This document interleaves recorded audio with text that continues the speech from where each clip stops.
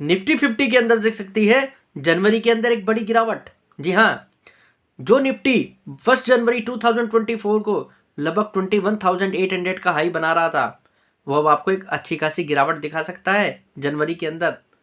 कारण भी है उसके पीछे, मैं आपको कारण भी बताऊंगा, पर उससे पहले आप ये जान लीजिए उस गिरावट में आपको डरना नहीं है। अब आप सोचेंगे हमने तो शेयर काफ़ी हाई प्राइस पे ले लिए हैं, अब इस गिरावट में हमारे शेयरों का क्या होगा, वो भी मैं आपको बताऊंगा।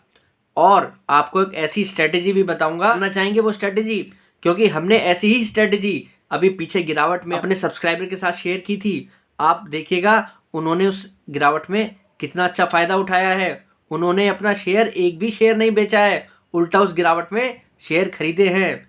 तो चलिए जानते हैं। मैं Vipin Jain, founder of learn equity with Vipin Jain. सबसे पहले तो आप फ्रेंड्स ये जानिए कि निफ्टी 50 में गिरावट के ऐसे क्या कारण दिख रहे हैं कि बाजार अभी हाई बना लेता है और हमें यहाँ पर एक करेक्शन दिख रही है। क्योंकि मैंने अपनी पास्ट वीडियोस में भी, अगर पिछले एक वीक से भी देखें, तो आपको 1 या 2 वीडियो के अंदर अलर्ट भी किया है कि बाजार में अब हल्की फुल्की करेक्शन आ सकती है। एक स्वाभाविक सी भी बात है, क्योंकि बाजार के अंदर जब इतनी बड़ी तेजी आती है तो उसके अंदर एक करेक्शन भी यहाँ पर देखने के लिए आपको तैयार रहना चाहिए। और मुझे लगता है कि वही बाजार सबसे ज़्यादा हेल्दी बाजार होता है, उसमें ही लॉन्ग रन चलता है, जहाँ पर तेजी के साथ साथ थोड़ी बहुत गिरावट भी आए, यानी कि बाजार कंसोलिडेट भी हो और बाजार के अंदर फिर तेजी आए, तो उस तेजी को हम स्टेबल मानते हैं। दूसरी बात, बाजार के अंदर जो भी आपको तेजी देखने को मिल रही है उसका कहीं ना कहीं बाजार के फाइनेंशियल से भी कनेक्शन होता है। निफ्टी 50 अगर आपको 21,800 का हाई दिखा रहा है तो उसके साथ साथ उसके और भी चीज़ों के पैरामीटर्स होते हैं वैल्यूएशंस के, वो भी आपको देखने चाहिए। वो डाटा आपको इजीली मिल जाएगा। तब उस डाटा के अकॉर्डिंग अगर हम बात करें तो निफ्टी का करंट पीई, निफ्टी 50 का current PE, price to earning ratio, इस समय लगभग 23% को क्रॉस कर चुका है, जो कि देखा जाए तो लगभग हायर लेवल के आसपास ही चल रहा है। यहाँ से बाजार में अभी इस साल की अर्निंग के हिसाब से देखें तो बाजार जो है अपने वैल्यूएशन के आसपास ही चल रहा है, हायर साइड पर। तो बाजार को अब यहाँ पर जो है अपनी अर्निंग को यहाँ पर बढ़ाना होगा, अगर बाजार को निफ्टी 50 की आगे अब री रेटिंग करनी है। पर देखा जाए बाजार के अंदर अब यहाँ पर शॉर्ट टर्म में दबाव जो दिखने का कारण बन रहा है, सबसे पहली चीज मैंने आपको बताया निफ्टी के वैल्यूएशन। दूसरा कारण ये बन रहा है कि इस क्वार्टर के अंदर आईटी के अंदर आपको अर्निंग डाउन दिख सकती है। आईटी का बाजार के अंदर हैवी वेटेज है, और साथ ही साथ जिस तरीके से कल न्यूज़ आई है, आपने अगर न्यूज़ पर ध्यान दिया हो तो एप्पल के स्टॉक को डाउनग्रेड किया गया है अर्निंग के बेसिस पर, क्योंकि एप्पल के स्टॉक के अंदर अब जो है अर्निंग यहाँ से थोड़ी बढ़ती हुई कम दिखाई दे रही है इस क्वार्टर के अंदर। तो वो भी कहीं ना कहीं एक काफ़ी बड़ा इम्पैक्ट होगा आईटी सेक्टर के अंदर। और आईटी सेक्टर के अंदर अगर आप देखें तो अब हैवी वेटेज के रिजल्ट भी आने वाले हैं, तो मुझे लगता है कि कहीं ना कहीं इनकी भी अर्निंग डिसअपॉइंट करेगी, उसके कारण भी बाजार अब यहाँ पर थोड़ा एडजस्ट होगा, यानी कि बाजार के अंदर एक करेक्शन दिख सकती है। तीसरा पॉइंट जो हमें यहाँ पर सबसे बड़ा दिखाई दे रहा है, अगर आप निफ्टी 50 के चार्ट को खोलकर देखें और निफ्टी 50 के चार्ट के अंदर आप पाएंगे कि बाजार 26 अक्टूबर 2023 से लगभग यहाँ पर जो है 15 से 16% की रैली दिखा चुका है, लगभग 21,800 के हाई के पास। मुझे लगता है इस साल की अर्निंग को पहले ही डिस्काउंट कर लिया है, तो बाजार के लिए फर्दर यहाँ पर कुछ नहीं बचा है इस फाइनेंशियल ईयर की अर्निंग के आधार पर। यानी कि मुझे लगता है कि बाजार इस साल की अर्निंग के आधार पर अपना हाई दिखा चुका है, तो ये आने वाले कुछ महीने कहीं ना कहीं निफ्टी के लिए अब जो है कंसोलिडेशन के दिख रहे थे, तो इसलिए बाजार अब यहाँ पर थोड़ी गिरावट दिखा के हो सकता है फिर आपको यहाँ से चलता हुआ दिखाई दे, क्योंकि अब मार्च भी जो है वो ज़्यादा दूर नहीं है। तो ये वाले अब जो जनवरी वाला जो टाइम है, मुझे लगता है बाजार के लिए एक परफेक्ट टाइम है कंसोलिडेशन के लिए, क्योंकि उसके बाद बजट भी है, फिर बाजार जो है नए पॉइंट की तरफ देखेगा। बाजार जब बजट की तरफ देखेगा और फिर चुनाव की तरफ देखेगा, तो वो सबसे ज़्यादा बाजार के लिए बेस्ट टाइम रहेगा चलने के लिए। उससे पहले बाजार को सुस्ताना जरूरी है, तो जनवरी इस हिसाब से बिल्कुल बेस्ट टाइम बैठ रहा है बाजार के लिए सुस्ताने के लिए। तो यहाँ पर आपको इस चीज़ के लिए ये भी ध्यान रखना है। अब हम बात करते हैं हमारे तीसरे पॉइंट को लेकर कि हमें बाजार के अंदर गिरावट क्यों दिख रही है। और अगर आप इस पॉइंट को समझेंगे तो आपको खुद ही क्लियर हो जाएगा जो मैं कहना चाह रहा हूँ आपके साथ, वो यहाँ पर टेक्निकली भी प्रूफ हो रहा है। जो चार्ट के माध्यम से भी चलते हैं वो भी इस चीज़ को यहाँ पर मानेंगे।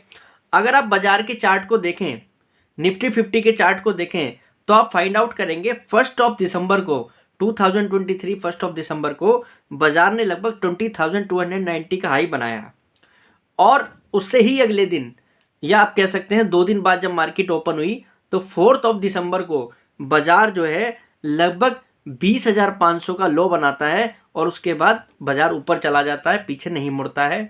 तो बाजार के बीच में वो एक देखा जाए तो लगभग 200 पॉइंट का एक गैप बना हुआ है, 20,300 और 20,500 उसके बीच में बाजार ने ये लेवल अभी तक टच नहीं किया है। इस तरीके के गैप जब भी बाजार बनाता है उसको आगे पीछे बाजार कभी ना कभी उसको फुलफिल जरूर करता है। इन गैप्स को फुलफिल करके ही आगे चलना बाजार के लिए अच्छा है, जब भी उस रैली को हम ठोस मान सकते हैं, नहीं तो ये गैप आपको काफ़ी बड़ी करेक्शन में आगे बदलते हुए दिखाई दे सकते हैं। तो यानी कि बाजार अगर 21,800 से करेक्ट होकर अपने टारगेट 20,300 के आसपास आ जाता है तो आप समझिएगा बाजार ने काफ़ी अच्छा करेक्शन कर लिया है और ये सबसे बेस्ट रहेगा मार्केट के लिए आगे आने वाले समय में रैली दिखाने के लिए। यहाँ पर हमारे सभी गैप फिल हो जाएंगे और मार्केट के लिए एक रिवर्स ट्रेंड यहाँ पर आगे बनता हुआ दिखाई देगा गैप भरने के बाद। यानी कि अपने करंट लेवल से बाजार लगभग 7% तक की आपको गिरावट दिखा सकता है। अब ये तो बात हो गई हमारी गिरावट की। अब जब गिरावट होगी जाहिर सी बात है तो बाजार जब कुछ रेड जब दिखाई देता है तो आप लोगों को उस समय चिंता भी होती है, क्योंकि पैसा लगा हुआ है, कई लोगों ने अब तेज़ी में बाइंग भी करी है और आप फंडामेंटली अगर समझकर कंपनियों को ले रहे हैं तब वो तो बहुत ही अच्छा है, पर कुछ लोग बाग ने नहीं भी समझा है तो उनको करना क्या है आप वो भी समझिए। वैसे हमारे चैनल पे तो ज़्यादातर जो बंदे जुड़े हुए हैं, ज़्यादातर जो हमारे सब्सक्राइबर हैं वो सभी समझते हैं फंडामेंटली, अब समझकर ही कंपनियों में इन्वेस्ट कर रहे हैं। तो मुझे लगता है वो इस बात को कहीं ना कहीं अच्छी तरीके से समझेंगे। हमें हर गिरावट के अंदर उसको अपॉर्चुनिटी के तौर पर देखना है, क्योंकि आप देखिए अब तक अगर देखा जाए तो पीछे कम से कम 2 या 3 गिरावट ऐसी आ चुकी हैं जिसमें बाजार ने तेज़ी से गिरावट दिखाई, फिर वापसी करी और उस समय जिसने शेयर लिए उन शेयरों में काफ़ी अच्छी कमाई हुई है। तो हमें अब इस बार भी यही मौका देखना है कि बाजार में अगर गिरावट आए, अगर हमारे पास कुछ फंड है तो हमें उसे बाइंग करना है। अब आप सोचेंगे गिरावट कहाँ पर कहाँ ज़्यादा आ सकती है और कहाँ पर अपॉर्चुनिटी है, वो भी मैं आपको बताता जा रहा हूँ, ज़रा आप ध्यान से सुनते जाइएगा। सबसे बड़ी अपॉर्चुनिटी आपको ढूंढनी है आईटी सेक्टर के अंदर। देखिए आईटी सेक्टर के लिए मुझे लगता है अब बुरा वक्त जो है काफ़ी हद तक छट चुका है। जो कुछ चल रहा है अब बॉटम पे चल रहा है, तो इस क्वार्टर के बाद मुझे लगता है आईटी की अर्निंग सुधरेगी, तो बाजार इस क्वार्टर के अंदर अब आईटी को गिरावट में और ख़रीदने का मौका ढूंढेगा। तो हमें इस गिरावट में मिड कैप आईटी और लार्ज कैप आईटी पर नज़र रखनी है, जिसके अंदर देखा जाए लार्ज कैप में आप जानते ही हैं सारे बड़े नाम्स हो गए, इन्फोसिस है, टीसीएस है, इस तरह की कंपनियों पर हमें नज़र बनाकर रखनी है। जहाँ पर मैस्टेक जैसी कंपनियां हैं, एम्फेसिस जैसी कंपनियां हैं जो फंडामेंटली काफ़ी स्ट्रॉन्ग कंपनियां हैं, ओरेकल फाइनेंस जैसी कंपनियां हैं, इन कंपनियों पर नज़र बना के रखनी है आपको। आप बिरला सॉफ्ट जैसी कंपनियों को देख सकते हैं जो इस साल अच्छा प्रदर्शन कर सकती हैं, यहाँ पर इन कंपनियों में आपको अच्छा खासा रिटर्न भी दिख सकता है। फिर आप अगर देखें तो टालना प्लेटफॉर्म जैसी जो कंपनी है जिनके बिजनेस को इस समय काफ़ी फ़ायदा हो रहा है, उस टाइप की कंपनियों को भी आप इस साल के व्यू के हिसाब से देख सकते हैं, क्योंकि ये साल आईटी सेक्टर के लिए अब अच्छा साबित हो सकता है। अगर हम इस क्वार्टर को छोड़ दें या इस गिरावट के बाद देखें तो आईटी सेक्टर के अंदर अब आपको आने वाले समय में एक अच्छी खासी तेज़ी दिख सकती है। दूसरा, हमें इस गिरावट में बाइंग अपॉर्चुनिटी कहाँ पर ढूंढनी है वो मैं आपसे बार बार कहता आ रहा हूँ, बैंकिंग सेक्टर। ये साल बैंकिंग सेक्टर क्या हो सकता है, उसके पीछे कारण है इस साल से इंटरेस्ट रेट घटने वाले हैं। सेम सिनेरियो आपको अमेरिकन मार्केट में दिखाई देगा। वहाँ पर जब इंटरेस्ट रेट घटेंगे तो उसके बाद आपको फाइनेंस शेयरों में एक अच्छी खासी रैली दिखेगी, और हमारे तो कहीं ना कहीं बैंकिंग शेयर अब इस रैली को सेलिब्रेट करने लगे हैं। अगर आप देखें तो पीएसयू बैंकों के अंदर कितनी अच्छी रैली अब दिख रही है। तो आप यहाँ पर देखा जाए तो पीएसयू सेक्टर के अंदर भी बैंकिंग शेयर पे अच्छी खासी नज़र गड़ा कर रखें। हमने रेगुलर सभी बैंकों को कवर किया है। अब यूनियन बैंक जैसे बैंक हैं जो इस समय वैल्यूएशंस के हिसाब से, अर्निंग के हिसाब से काफ़ी अच्छा प्रदर्शन कर रहे हैं। यहीं पर अगर हम देखें कैनरा बैंक है, कैनरा बैंक भी इस समय वैल्यूएशंस के हिसाब से, अर्निंग के हिसाब से काफ़ी अच्छी पोजीशन पे है। अगर हम छोटे बैंकों में भी बात करें, बैंक ऑफ महाराष्ट्र है, सेंट्रल बैंक ऑफ इंडिया है, इस तरीके के बैंक इस समय काफ़ी अच्छा परफॉर्म कर रहे हैं। इस समय हम अगर प्राइवेट सेक्टर में देखें तो आईडीएफसी फर्स्ट बैंक है, काफ़ी दिन से बैंक चला भी नहीं है, वैल्यूएशन के हिसाब से भी अट्रैक्टिव है, अर्निंग के हिसाब से भी, तो ऐसे भी बैंकों पे आप नज़रें डाल सकते हैं। फिर लार्ज कैप में भी अगर हम बात करें तो एसबीआई है, और देख सकते हैं आप एचडीएफसी बैंक जैसे बैंकों को देख सकते हैं। तो ये कहीं ना कहीं मुझे लगता है ये गिरावट जो है एक लॉन्ग टर्म पोर्टफोलियो कंस्ट्रक्ट करने वाली भी गिरावट होगी। और फिर हमारे यहाँ पर अगर आप देखें तो जो स्मॉल फाइनेंस बैंक हैं, जैसे उज्जीवन स्मॉल फाइनेंस बैंक है, इस तरीके के बैंकों के लिए भी पॉजिटिव माहौल चल रहा है, क्योंकि अर्निंग में यहाँ पर इनमें काफ़ी अच्छी ग्रोथ दिख रही है। काफ़ी बढ़िया बाजार इस समय बैंकिंग सेक्टर के लिए दिख रहा है। तो बैंकिंग सेक्टर पर भी आप विशेष रूप से नज़र बनाकर रखें। तीसरा एक बात यहाँ पर बड़ी मुख्य बात निकल कर आती है कि पावर सेक्टर और इंफ्रा सेक्टर और रेलवे सेक्टर और डिफेंस सेक्टर, इन चारों सेक्टर के अंदर हमें इस साल क्या व्यू रखना है, वो भी हमारे लिए काफ़ी मेन बात हो जाती है। क्योंकि पिछले साल ये चारों ही सेक्टर ने भयंकर रैली दिखाई है। लोगों ने इनके अंदर पैसा 2 गुना 3 गुना और मैं कह सकता हूँ कई लोगों ने तो 5-5 गुना भी करा है इन सेक्टर के अंदर।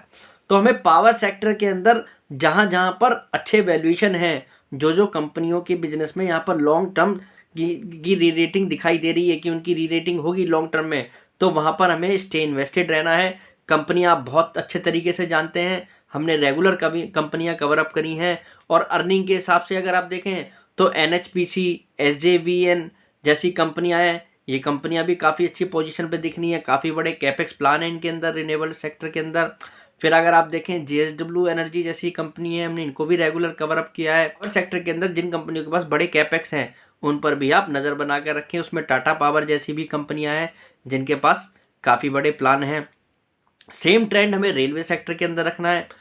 और पावर सेक्टर के अंदर आप पावर फाइनेंस कंपनियों पर भी नज़र बनाकर रखने, जैसे पीएफसी जैसी कंपनियां हैं जो इस समय सेक्टर लीडर हैं, उनके अंदर भी अगर गिरावट दिखाई दे पीएफसी आरईसी जैसी कंपनियों में, तो मुझे लगता है वो भी शायद एक अच्छा मौका होगा बाजार के अंदर। ऐसा ही ट्रेंड हमें रेलवे सेक्टर के अंदर रखना है। रेलवे सेक्टर के अंदर भी अर्निंग है, रेलवे सेक्टर के अंदर भी गवर्नमेंट का सेम फोकस है, लॉन्ग टर्म रैली दिखती है रेलवे सेक्टर के अंदर। और रेलवे में तो हमने काफ़ी हद तक बड़ी कवरेज करी है, चाहे आरवीएनएल हो या आईआरएफसी हो, इरकॉन हो, टेक्समैको रेल हो, जुपिटर वैगन हो, हमने सभी कंपनियों को पूरे साल कवर अप किया है।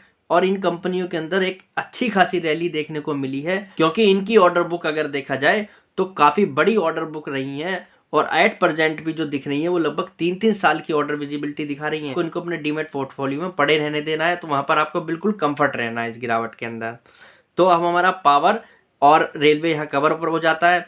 इंफ्रा के अंदर भी देखिए मैंने आपके साथ रेगुलर कवर अप किया है कि रोड्स बनाने वाली जो कंपनियां हैं, आईआरबी इंफ्रा जैसी जो कंपनियां हैं, या इंफ्रा सेक्टर के अंदर एनसीसी जैसी कंपनियां हैं, इन सभी कंपनियों के अंदर आप इन्वेस्टेड रहिए। अगर आपने पैसा लगा रखा है बने रहिए। इंफ्रा सेक्टर के अंदर भी इस साल काफ़ी अच्छा पॉजिटिव माहौल रहेगा। मुझे नहीं लगता गवर्नमेंट जो है इंफ्रा सेक्टर के अंदर किसी भी तरीके का कोई छेड़छाड़ करेगी। तो इनके अंदर भी ऑर्डर बुक के हिसाब से काफ़ी अच्छी विजिबिलिटी है, आप यहाँ पर भी इन्वेस्टेड रहिएगा। इंफ्रा के अंदर काफ़ी बड़ा आप देखें तो कंपनियां हैं, काफ़ी बड़े लेवल पर हैं। आप और भी कंपनियां इंफ्रा सेक्टर के अंदर देख सकते हैं जहाँ पर अर्निंग और ऑर्डर बुक काफ़ी अच्छी है। फिर हम बात कर लेते हैं यहाँ पर केमिकल सेक्टर को लेकर भी। केमिकल सेक्टर के लिए भी देखा जाए ये साल अच्छा साबित हो सकता है। पिछला साल केमिकल सेक्टर के लिए अच्छा नहीं रहा है। और इस गिरावट में अगर केमिकल सेक्टर के अंदर कुछ गिरावट दिखाई दे तो आप जैसे देख सकते हैं एसआरएफ जैसी कंपनियां हैं, आप देख सकते हैं बालाजी एमाइन जैसी जो कंपनियां हैं, या आप दीपक नाइट्राइट जैसी कंपनियों को देख सकते हैं। जहाँ जहाँ पर भी अर्निंग भी आ रही है, जहाँ जहाँ पर रिकवरी के साइन दिख रहे हैं, उन कंपनियों के अंदर आप इन्वेस्ट कर सकते हैं, क्योंकि ये कंपनियां जो हैं फंडामेंटली काफ़ी स्ट्रॉन्ग कंपनियां हैं। तो मुझे लगता है केमिकल सेक्टर के लिए भी एक विशेष मौका होगा यहाँ पर आपके लिए। तो आज के इस वीडियो में सिर्फ एक ही बात मैं आपसे कहना चाह रहा हूँ, मैंने आपकी नज़र इसलिए डलवाई है सेक्टर्स पर। सबसे पहले तो हमें सेक्टर पर ही नज़र बनानी है अगर हमें पैसा बनाना है कि किस सेक्टर पर हमें कैसे रिएक्ट करना है। शेयर तो हमारे पास काफ़ी हैं, हमने काफ़ी रिसर्च करी है, शेयर हमें रेगुलर लगातार हम कवर अप कर रहे हैं। तो हमें सेक्टर पर ये चीज़ें देखनी है किस सेक्टर पर क्या असर होगा इस गिरावट का। और हो सकता है गिरावट इतने शॉर्ट स्पैन में आए कि 2 या 3 दिन के अंदर ही बाजार गिरावट दिखा के चला जाए, और या ये गिरावट में बाजार धीरे धीरे करके जनवरी का समय इसके अंदर बिता दे। तो दोनों ही तरीके से बाजार रिएक्ट कर सकता है, हमें दोनों ही तरीके से प्रिपेयर रहना है अगर हमने बाजार को पहले ही समझने की कोशिश की है। तो मेरी नज़र में तो आप अपने पोर्टफोलियो में जो भी शेयर हैं इस गिरावट में उनको बेचकर इधर उधर भागने की कोशिश ना करिएगा। आप सोचें कि मैं पहले थोड़ा बहुत बेच लेता हूँ फिर उस समय खरीदूंगा। टाइमिंग करने से कुछ नहीं होगा, टाइम बिताने से ही कुछ होगा।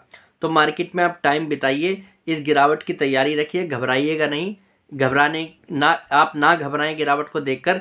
इसलिए ये एडवांस में वीडियो मैं आपके लिए लेके आया हूँ ताकि आपको यहाँ पर थोड़ा सा बाजार को लेकर समझ मिले।